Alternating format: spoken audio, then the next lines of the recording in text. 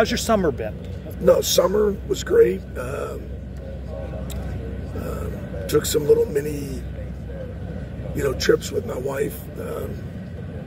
We went out to Napa Valley, Sonoma, and kind of did the first time ever doing that, the wine. And You a wine guy? I enjoy wine. I really loved the trip because I love learning about the process of making the wine and the history of the area and the people, that are there. That really, when you go, some people think, oh, you're going to Napa, so, you raise your pinky, you know what I mean, when you drink your whatever. But really, if you think about winemakers, they're farmers. It's all agriculture, and they're people that are just hard workers, and they happen to produce their product is maybe sometimes is thought of as highfalutin or whatever, but Have you they're had really down to earth people, and I really enjoyed that trip. That was a lot of fun. Have you had a favorite food discovery lately? Either something you've tried new or a place you've been to?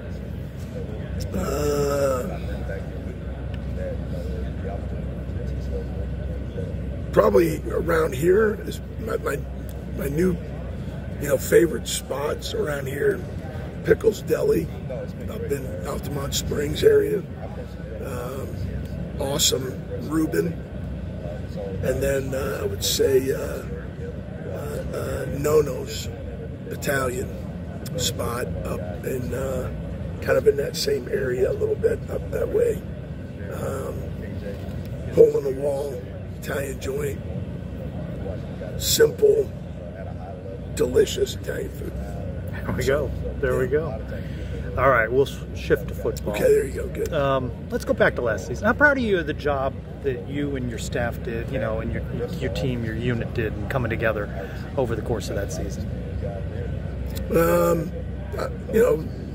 We had some challenges certainly as the year went on. So I was very proud of how the guys handled the adversity that we went through.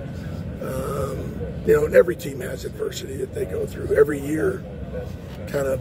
You ever had that much adversity at center?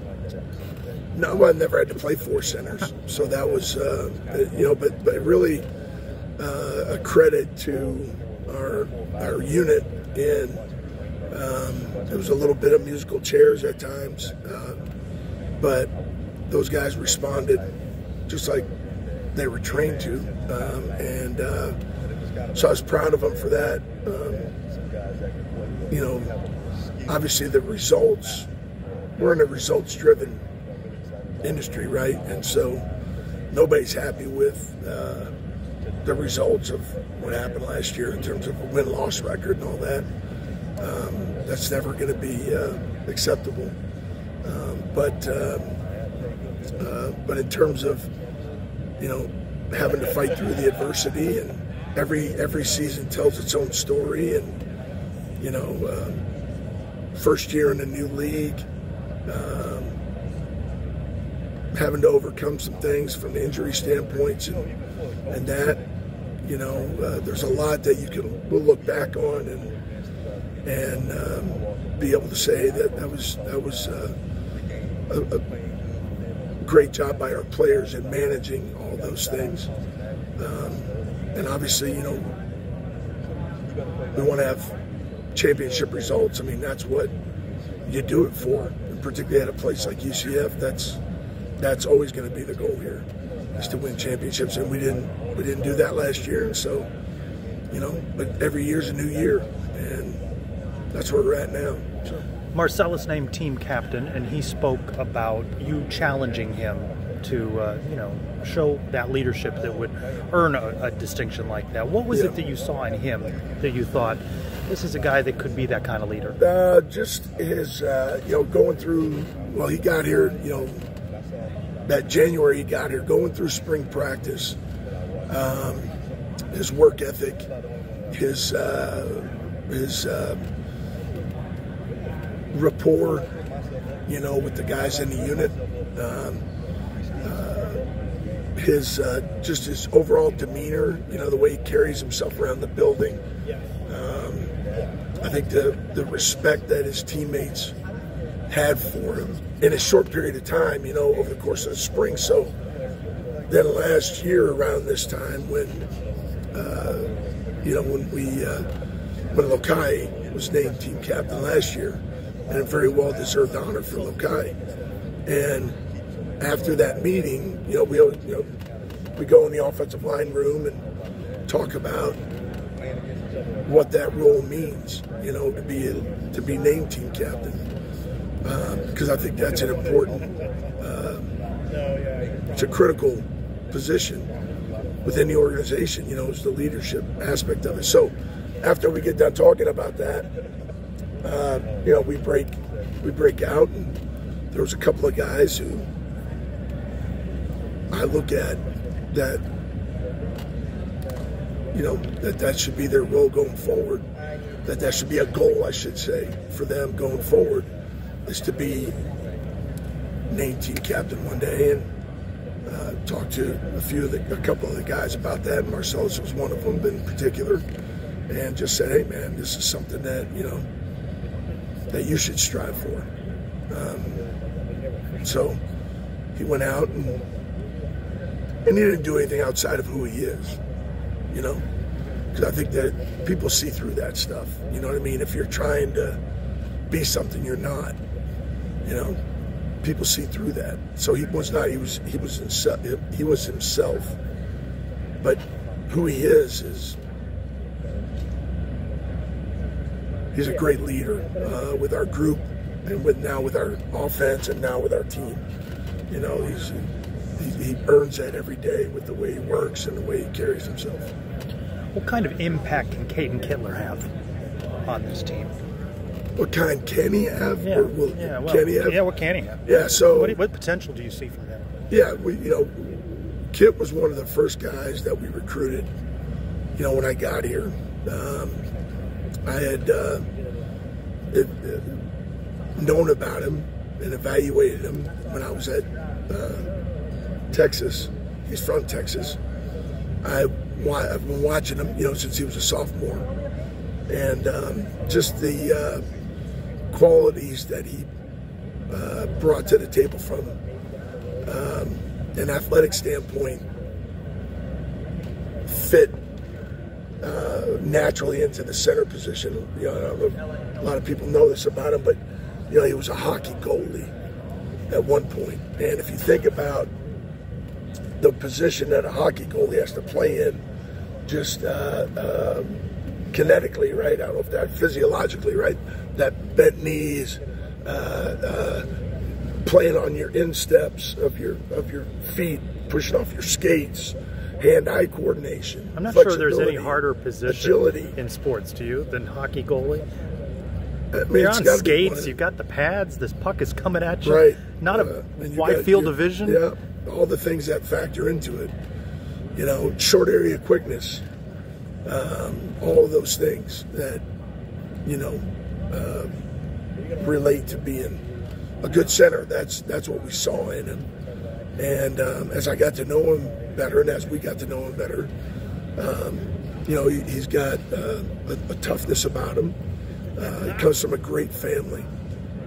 Mom and dad are awesome people, hardworking people. You know, he's got a younger brother, younger sister. So he's the oldest of three. Solid people. So, you know, when we recruited him, this is the vision that we had for him. You know, that I think that he can be a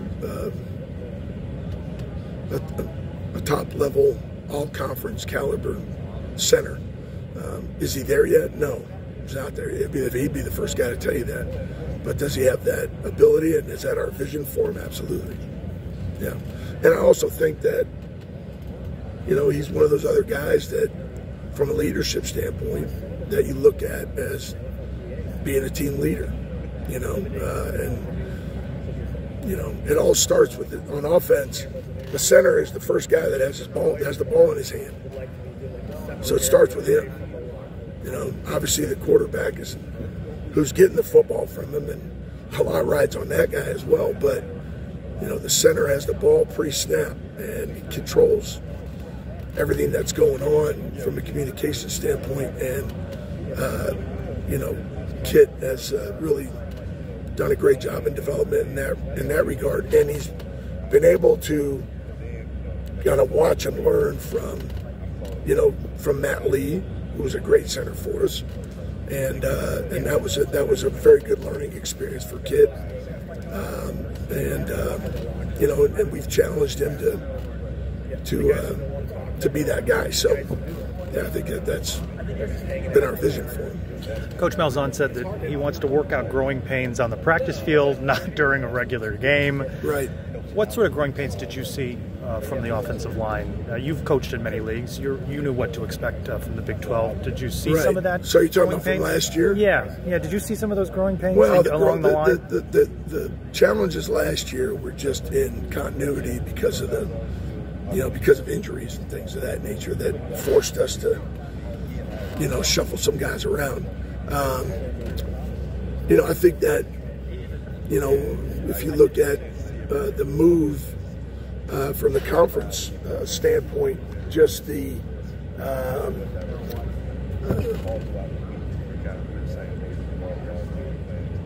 probably the depth of talent that you're playing against week in and week out, right, is at a higher level than maybe it was in the American. There were some very good teams in the American Conference and very good players, but the overall depth, right, is that when those second-team D linemen roll in, there's not as big a drop-off, right, because you have greater depth at those positions.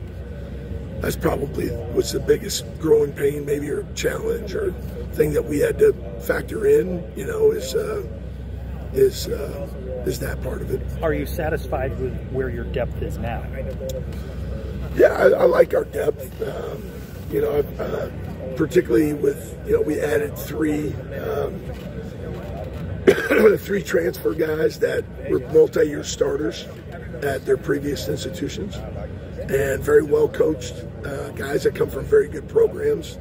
Wes Dorsey from Western Kentucky, and Keegan Smith from Central Michigan, and Jabari Brooks from Samford. All guys who have a ton of experience.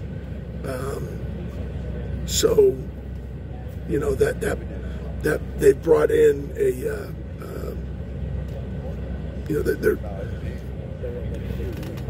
nothing surprises them. In other words, you know what I'm saying? They've seen a lot. They've played in a lot of big games. They got a lot of banked reps. So from a depth perspective, and those guys are right in the battles for some of these positions as we progress forward through camp. But those guys have added a lot.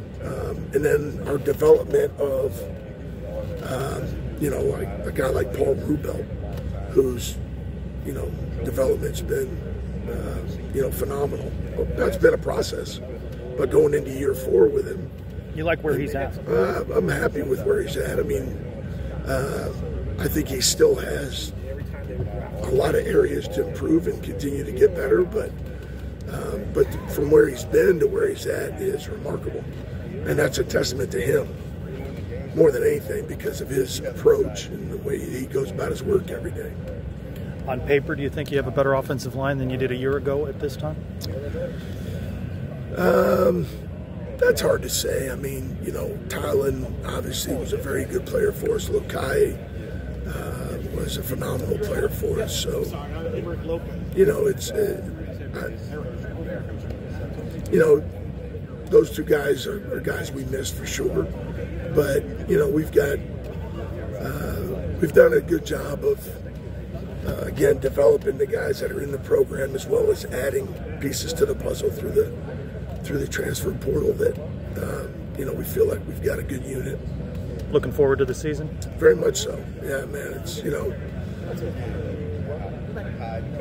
our years as coaches are like cycles, you know what I mean? And you asked me about my summer earlier, and I enjoy my time off. And I love being with my wife and, you know, going around and doing things. But, you know, this time of year, for the last 35 years, I mean, this is my 35th year coaching, you know, and it's that cycle, man, and it's time for the season to get cranked up. And, you know, once you get into training camp and you get out there on the field with your guys, you know, you're competing every day. It's awesome, man. I love this. I love that part of this profession I get to be a part of.